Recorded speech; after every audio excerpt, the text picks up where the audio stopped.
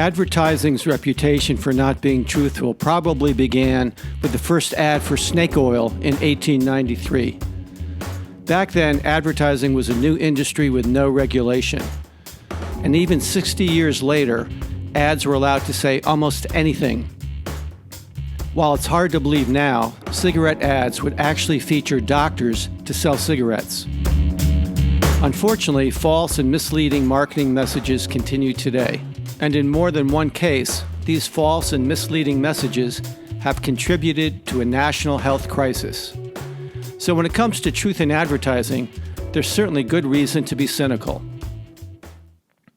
On the positive side, thanks to improving laws and independent watchdog organizations, it's becoming harder for ads to lie. And the fact is, if a product is truly good, it's only logical for an ad campaign to be as truthful as possible.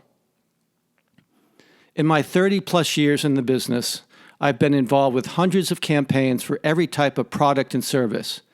And probably the most successful campaign I've ever worked on was successful because of how truthful it was. The product was a jam called Sorrel Ridge. At the time, I was freelancing and working with a new sales guy who heard the company was looking for an agency to do a TV spot. So we pretended we were an agency and got a meeting. When we sat down with the company owner, we learned that all jams are not created equal. He explained that all the major jams, like Smucker's, actually had very little fruit, less than 10%. The rest was corn syrup, refined sugar, and water. His Sorrel Ridge, on the other hand, was 100% fruit and fruit juice, which is why he wanted to get the word out with a great TV spot. And to help make sure it was a great spot, he told us he invited 5 other agencies to show ideas. The best idea would win the business. Then he told us one last thing. He mentioned that Tim Smuckers, the Smuckers chairman, had actually called him at one point, and the conversation did not go well. So he said if we wanted to consider an idea that went directly at Smuckers, that was fine by him.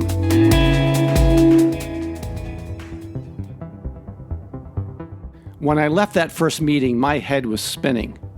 Over the next few days, as I thought about the meeting and the challenge, I was both excited and anxious. Certainly Sorrel Ridge was a great product, especially compared to Smucker's. But Smucker's was an iconic, well-liked brand.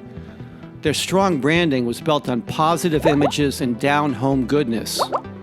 Their famous tagline, with a name like Smucker's, "It has to be good," had been around for decades and was one of the most memorable and loved ever. So I knew that going directly at Smucker's while an option could be suicidal.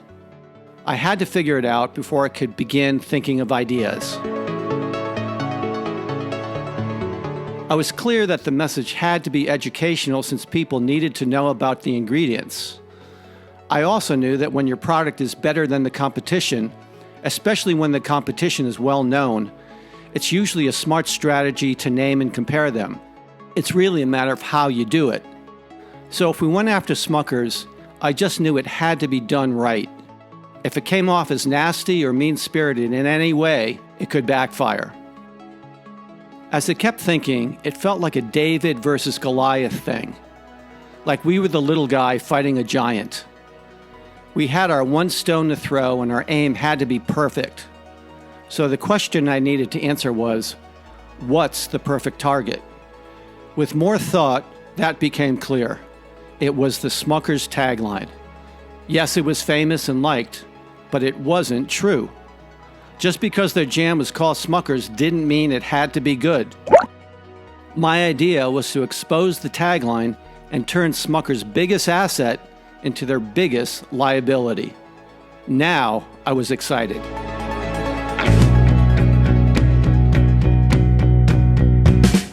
I quickly drew up a storyboard that focused on the Smucker's tagline. I decided it would open on the tagline, filling the screen as the announcer voiceover explained.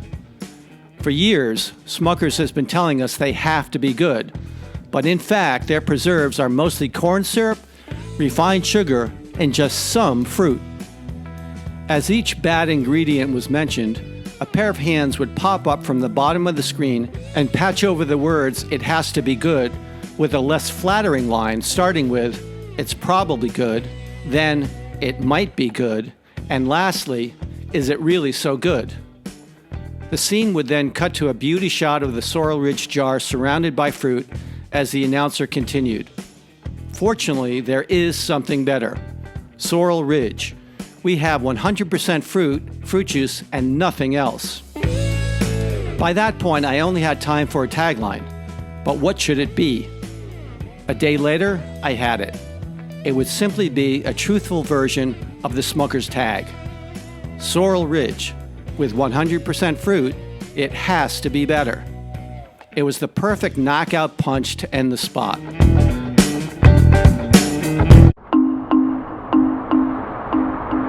A few days later, as we headed back to Sorrel Ridge to present, I was feeling confident, but also a bit anxious. After all, we were just two guys pitching against 5 other agencies. And while I did feel really good about the spot, I knew that if I didn't present it well, I could blow it. As we walked into the Sorrel Ridge offices, the owner didn't waste any time. "Okay, guys, let's see what you got." In my hands, I held multiple 8.5 by 11 cards, each with graphics and copy representing the frames of the spot. I would reveal them in sequence as I presented the idea. But before I did, I knew I needed to set it up with a simple explanation of my logic to go directly against Smucker's. We know how much people know and like Smucker's, so if we want people to choose Sorrel Ridge over Smucker's, we have to talk about Smucker's and make it clear exactly how we are better. That's what this spot will do, I said. And with that, I revealed the opening frame and began reading the voiceover copy. But before I could even finish the first sentence, the Sorrel Ridge owner abruptly interrupted. "Are you serious?" he shouted. "I'm spending $500,000 on this and you have it promoting the goddamn Smucker's tagline?" Caught off guard, I momentarily froze under the owner's glare. Then I responded, "The spot isn't promoting the Smucker's tagline. It's actually dismantling it. Let me show you." I quickly continued, and as I progressed through the spot revealing that I actually was dismantling the Smucker's tag, I could see the owner's expression change. In a matter of seconds, his expression transformed from a scowl to a Cheshire Cat grin. When I finished, he paused a moment and then spoke. "Wow, I think I love it." In that moment, it felt like a huge weight was suddenly lifted from my shoulders. My partner flashed me a thumbs up. We then discussed the spot, and the owner informed us it would need to be reviewed by his legal guy. At that point, I asked him a simple question. Did the spot say anything that wasn't true? He replied, "No, but I still need their opinion." As my partner and I headed back, it was hard not to feel excited. It was a great spot that the owner clearly liked, but its fate now seemed contingent on a legal review, and I knew from experience that lawyers always take the conservative path when it comes to anything even remotely controversial. But all we could do now was wait and hope.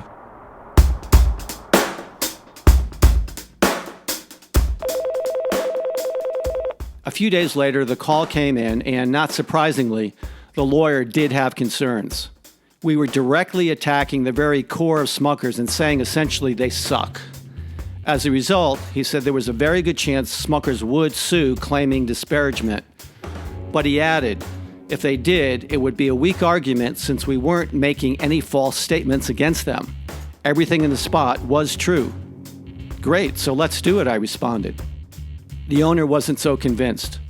Just because they might not have a strong argument doesn't mean they won't sue, he lamented. After all, we are kicking them in the balls. And with lawsuits, it's not always about who's right. It's often about who's got the most money. I knew he was right, but I was dying. I created a spot that beat out 5 other agencies, was loved by the owner, and would probably put Sorrel Ridge on the map, and maybe even do the same for my partner and I. I had to say something. "You're right," I said loudly. "You are absolutely right. We are kicking them in the balls, and their lawyers may want to sue. But if Smucker's has a PR department, and I'm sure they do, they're not going to let that happen. What do you mean? The owner responded. I continued. Your lawyer just said it. The spot isn't saying anything that's not true. So if Smucker's sues and the press finds out, and they will, that Smucker's is suing a tiny competitor just for revealing their ingredients, from a PR perspective, how do you think that's going to make them look?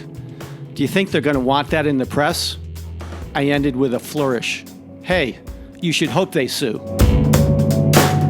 The owner said nothing for a moment and then concluded the call with, let me think about it.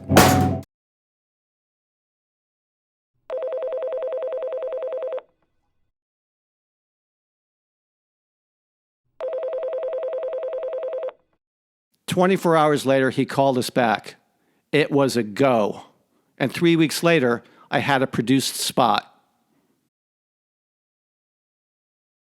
For years, Smucker's has been telling us that they have to be good. But in fact, their preserves are mostly corn syrup, refined sugar, and just some fruit. Fortunately, there is something better. Sorrel Ridge. We have 100% fruit juice, and nothing else. Sorrel Ridge. With 100% fruit, it has to be better. It was sent out to a half dozen TV stations, and then we all held our breath. The first week passed, and to everyone's great relief, not a word from Smucker's. Consumers, on the other hand, were responding, and sales were very strong. After week 2, there was still no word from Smucker's, and sales were up even more.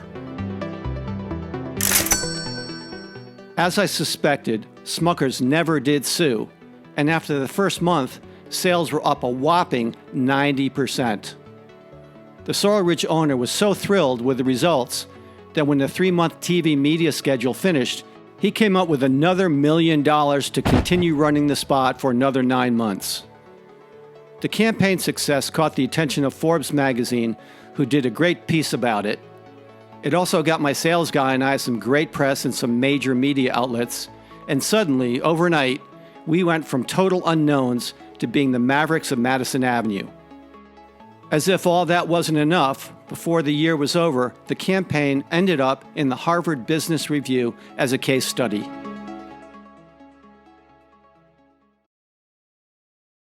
The success of the campaign was far beyond anything any of us could have imagined, and I'm happy to have been a part of it. I'm proud of the creative. I give the client credit for having the balls to run it, and now I have a good story to tell about what can happen when you combine a great product with an ad campaign that tells the truth.